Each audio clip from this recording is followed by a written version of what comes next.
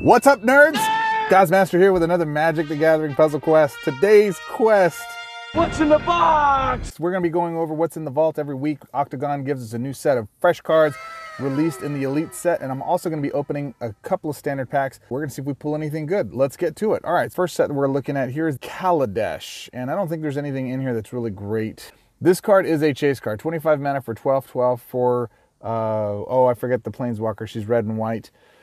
12/12, creature, vehicle, artifact. Keyword is vehicle. When this creature enters the battlefield, your opponent and each creature your opponent controls takes 5 damage. So you're essentially doing, with 3 of these hitting the board because of her third ability, you're doing 15 damage to each creature and to your opponent, plus you're getting a 36/36 creature on the board with flying.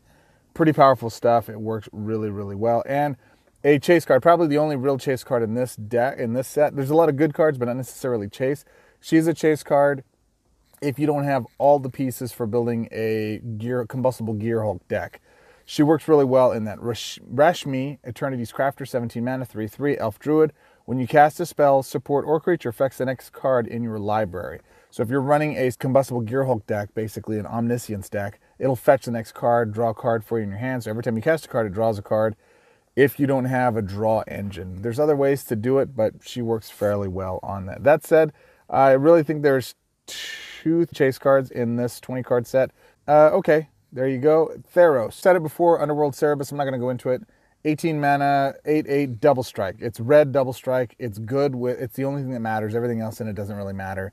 It's the beefiest double strike creature. So if you have Fiery Emancipation, this card combos really well with it. You should have it. I really love Artist. I think he's a great card. Haktos the Unscarred, 13 mana for a Berserk, first strike legendary 10/3 human warrior. Warrior is going to be important in the next set. When this creature enters the battlefield, this creature gains protection from the color of your opponent's highest mana bonus, chosen randomly if tied. So Haktos is powerful. He takes reduced damage. He's got first strike and he swings for 10. He's a big boy, and I think he's pretty good. Let's see. Nyxbloom Ancient, 16 mana, 7/7, Berserk Trample, Enchantment Elemental. When this creature deals combat damage to your opponent's Planeswalker, convert X gems to your highest devotion color, chosen randomly if tied, if your devotion to that color up to 8. So green, mono green, this works really well. If you're playing with a dual deck and you like a Karn and you're going and fetching green spells with it, this can work really well for that. Very interesting. I don't know if it's necessarily a chase card, but it works really, really well. Uro is something I like. Thas is another good one, but they're not necessarily great cards, in my opinion. They're real situational, so I don't think they're chase. So there's maybe 2 cards out of the 15 here, so 1 and 8 is the pull rate from that. Ikoria is always my baby. Let's see if they got anything good here today.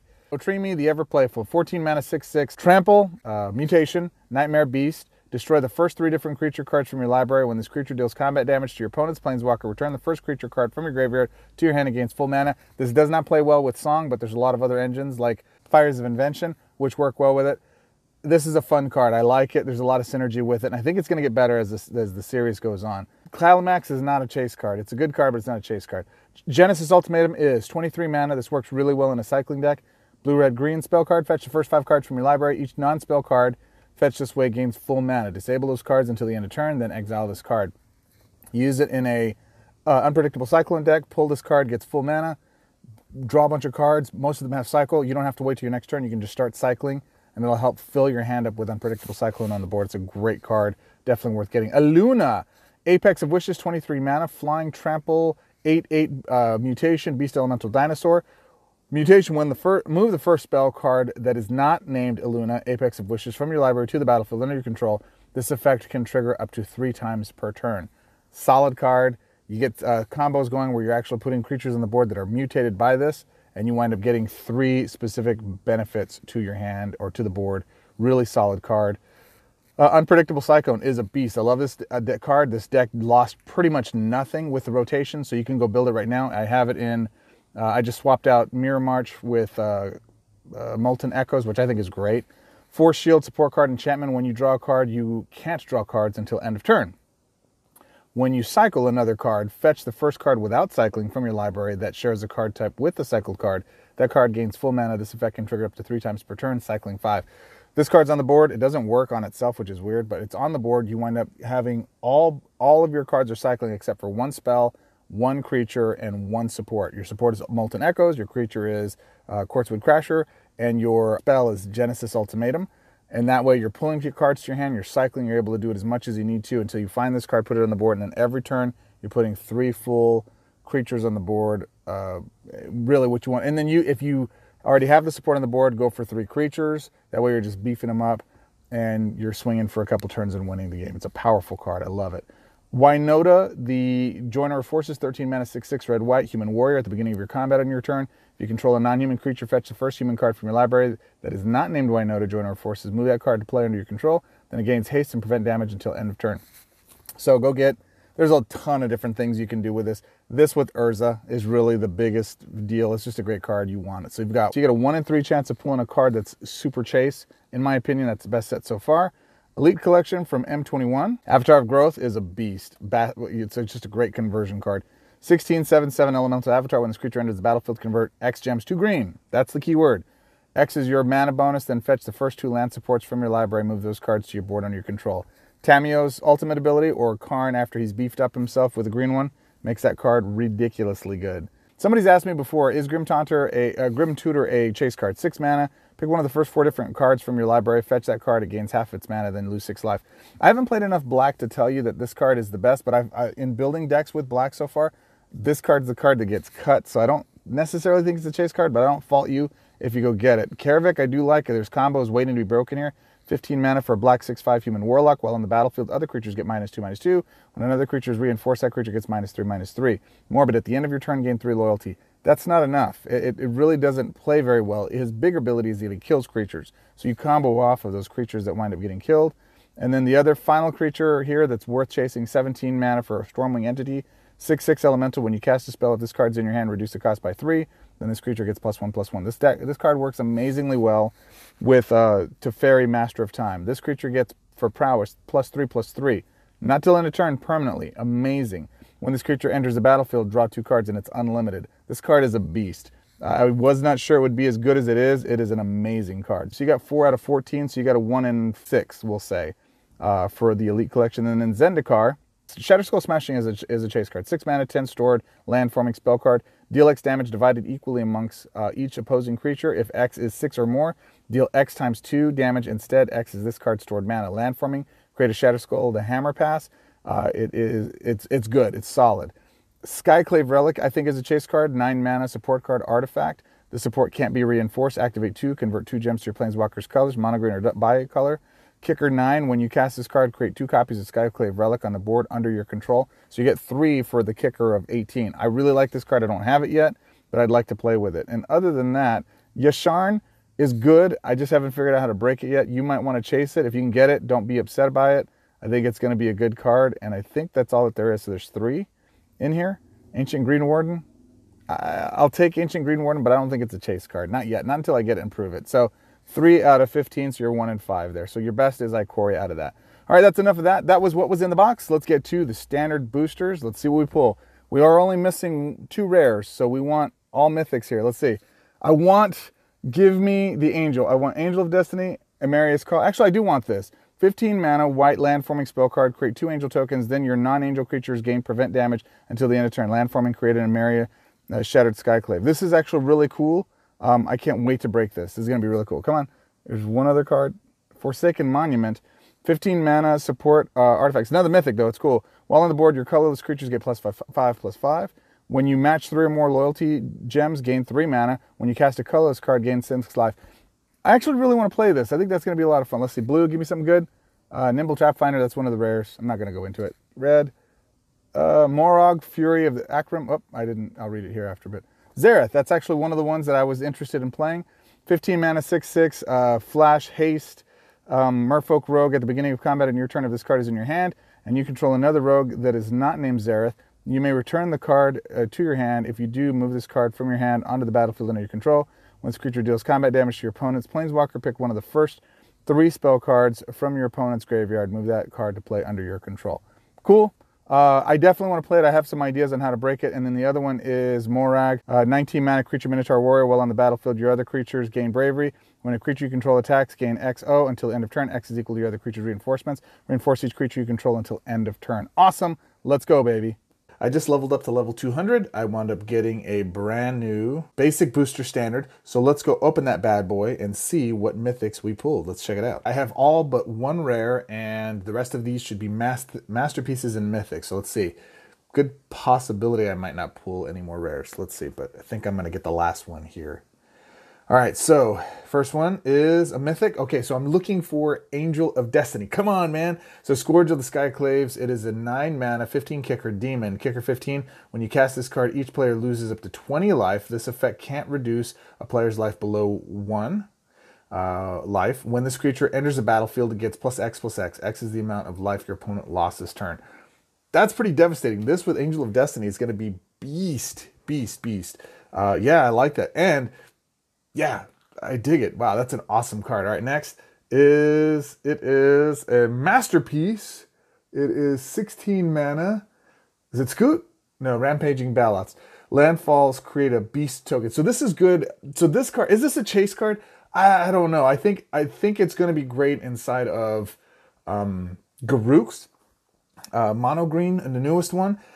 So we shall see if it's worthwhile or not. I'm still not 100% sold outside of it being a piece, like a game piece for that specific Planeswalker. So pretty neat still. All right, next one. Let's see. What do we got? It is a mythic. It is 20. It is Ancient Greed Warden. Okay, so 20 mana for a 8/10 defender, elemental. At the beginning of your of the combat, or vigilance rather. At the beginning of the combat on your turn, return the first land support from your graveyard to the board under your control. Good. When a land support enters the board under your control, convert 6 gems to your Planeswalker's colors. The effect can trigger up to 3 times per turn. Yeah, I'm interested in playing with this one. I think in a mono green build, this would be really, really good. Is it better than Avatar of Growth or some of those other things? Again, this is the thing. People are like, well, that's a chase card. That's a chase card. It is a good card. This is how I define it. It's a good card until I'm getting the card that's the best card. See, the best cards are the ones that are going to take slots in my deck. And if that card is not the best card, then it's not a chase card. It's a good card and it's a placeholder, but the real chase card is the one that's going to take that final slot. That's why it's hard for me to say, like a lot of folks, is this a chase card? Is that a chase card? I think I can break a card and I can build decks that are fun, but are they going to be the strongest cards in the meta? For example, Leafkin Avenger.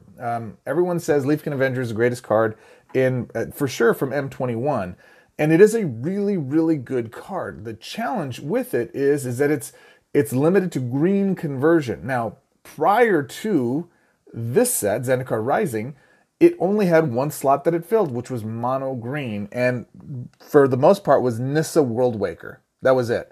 Now with Zendikar Rising, and we have strictly green conversion with Avatar of Growth, both in Tamiyo's third ultimate ability, making that impactful, and having enough land supports with land forming that are specifically green that don't interfere or take slots in our deck because we're having to build around green supports. Leafkin Avenger makes a big jump. Is it better than Quartzwood Crasher? I think it is. I actually think it is in this meta right now, right? So is Ancient Green Warden better than Avatar of Growth, Leafkin Avenger, or Eidolon of Blossoms, right? Like those are your 3 creatures. Maybe you can put a 4th with a Mutate, but that's it. So is Ancient Green Warden better than those 3 cards? I don't think so. So is it a chase card? It's a good card. Is it a chase card? I don't think so. All right, that said, moving on. Let's see. So we've got a Mythic. It's 16 mana. I know it's not going to be Angel of Destiny because there's no more white cards. Dran of the Last Blood Chief. All right, 6/6 flying creature vampire cleric. When this creature attacks, pick one of the first 4 creature cards from target player's graveyard that is not legendary. Then you return that card to the battlefield under your control. That creature gets +2/+2 and gains the vampire subtype. Okay, cool. When that creature dies, does it go to my graveyard? Does it go to their graveyard? Again, we're limited to 3 creatures. So this card, what would have made this card great is you can either put that card on your board, or you can reinforce one of your current creatures you have on the board and then exile that card from your opponent's graveyard. That would make this really good in Arena or in Puzzle Quest, because we only get 3 creatures on the board. We can only have 3 creatures on the board. So interesting. I don't think it's a chaseable card, but I think it's a really cool card. All right, final one is a multicolor card. Let's see. Mythic, 24 mana. Filthin World, Philath World Sculptor. All right. 24 mana, 8/8, creature elemental. When this creature enters the battlefield, create X force tokens. X is the number of green gems. That's not then convert green gems to or X force tokens. Then convert X gems to green. Doesn't say that. Landfall green. Target elemental creature you control gets +X/+X. This effect can trigger up to 2 times per turn. X is the number of green gems. Again, a good card. I mean, if I pull this before I have the other 3 main cards, and maybe that's a set or a video I should shoot, like the 3 best creatures for each deck type or each color set. Would you be interested in seeing that? Let me know, comment below. And if you have ideas on that, which cards do you think they are? Comment below. So in this one, good card, good card, good card. This one could be breakable. Scourge of the Skyclaves could be breakable. Is it better than Greven? Is it better than Veto? Is it better than Angel of Destiny? Is it better than any of those combos? That's what Scourge is trying to fight in.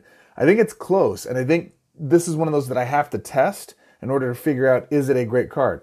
Rampaging Battleouts. I mean, just having that same conversation. If I'm running a Garruk deck, and my choices are, I have every creature in the deal, is this card better than, the 3 that I've already mentioned? Avatar of Growth, Leafkin Avenger, and Eidolon of Blossoms. It isn't. Really, frankly, it isn't. So, is it a chase card? Are any of these chase cards? No. Well, the only one that potentially could be a chase card is Scourge of the Skyclaves.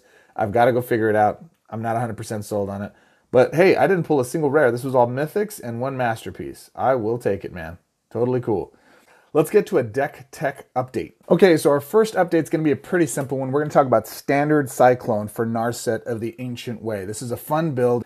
The gameplay is you basically get Unpredictable Cyclone out, and Unpredictable Cyclone is the engine in this build. So it's 15 mana for a 4 shield support card enchantment. When you draw a card, you can't draw cards until end of turn. So you get 1 card per turn while this is on the board. No other draw effects are going to work with this card on the board. You simply cannot draw. And it negates, you got to remember, it negates Narset's 2nd and her 3rd ability because of the card draw. It's not fetch, it's draw. So it negates those. You can still do the damage. You can still gain the mana from discarding the support from your 2nd ability, but you will not draw the cards, and that kind of sucks. But the advantage is when you do cycle another card, fetch the first card without cycling from your library that shares card type, and that cycled card, with that cycled card, and that card gains full mana. The effect can trigger up to 3 times per turn. So the goal here is you have 1 non-cyclable creature, 1 or 2 non-cyclable spells, and 1 non-cyclable support. So in this, everything else is cycled. This creature cycles, that creature, I'm sorry, this creature cycles, should be 1 more. Oh, Splendor Mare cycles, so we can get lifelink when we cycle it. So those are 2 creatures to go fetch our Quartzwood Crasher. Boon of the Wishgiver cycles, Shredded Sail cycles, in order to go pull either Ruinous Ultimatum to clear their board and all their supports, because this one has a bit of a slow start, or Genesis Ultimatum, which is I can't draw cards, but I can go fetch cards with Genesis. So then I fill my hand up with cards. Any non-spell card that hits my hand, which is most of them, gets filled with mana, and I don't have to wait till my next turn to be able to cycle them if I hit a 5-drop, which allows me an extra swap. So if I get an extra swap, I don't have to sit with a bunch of cards in my hand. I can just start cycling again to go pull the creatures that I want. My main objective is to get Unpredictable Cyclone on the board first, of course, so that we can do the shenanigans. Then we want to get Mirror March on the board so that it gives our creatures haste. And then we want to go, if we need to, we go get a spell to clear the board, control the board presence, or the board state. Or we go get Genesis Ultimatum to fill our hand if I don't already have creatures that have cycling ability. If I do have cycled creatures, then I cycle those creatures to go fetch Quartzwood, get them on the board, and they wind up going off and going from there. Now, the reason why Mirror March worked so well is it gave haste to your creatures, period. It didn't matter if they were tokens or not.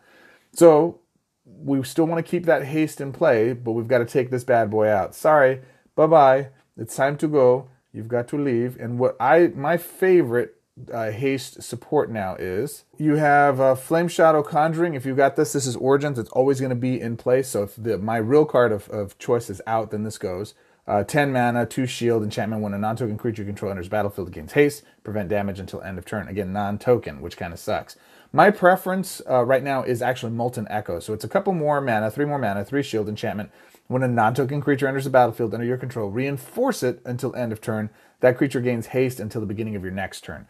So I mean, think of it this way. It's where this really gets power is when Quartzwood Crasher hits the board, he gets reinforced. So instead of an 8/8, he's a 16/16. And let's say you cycle 2 creature cards. So then you're getting a 32/32 creature on the board that's swinging, and you create a token that's 32/32. Doesn't have haste, but it's ready to go swing for the next turn. So it's definitely a step down in speed from Mirror March. Mirror March can reinforce and keep going from there. It's really brutal. So Molten Echoes becomes the new place saver. We go back to the deck. That's what it is. We hit save. And now this deck is ready to compete in Standard now. Pretty easy, pretty straightforward. Great card. Love it. Can't wait to show more of it. So what other decks do you have that is in rotation prior to that you want to see me update here? As always, my friends, I appreciate you. You could be anywhere in the world. You chose to spend this time with me. Comment below, join our party, like, subscribe, get the bell notifications. And as always, let me know what cards you're wanting to build out in this new meta. It's very interesting right now. It's a very interesting meta. But as always, until our next adventure, my friends, till our next quest, swords up. I'll see you in the next one.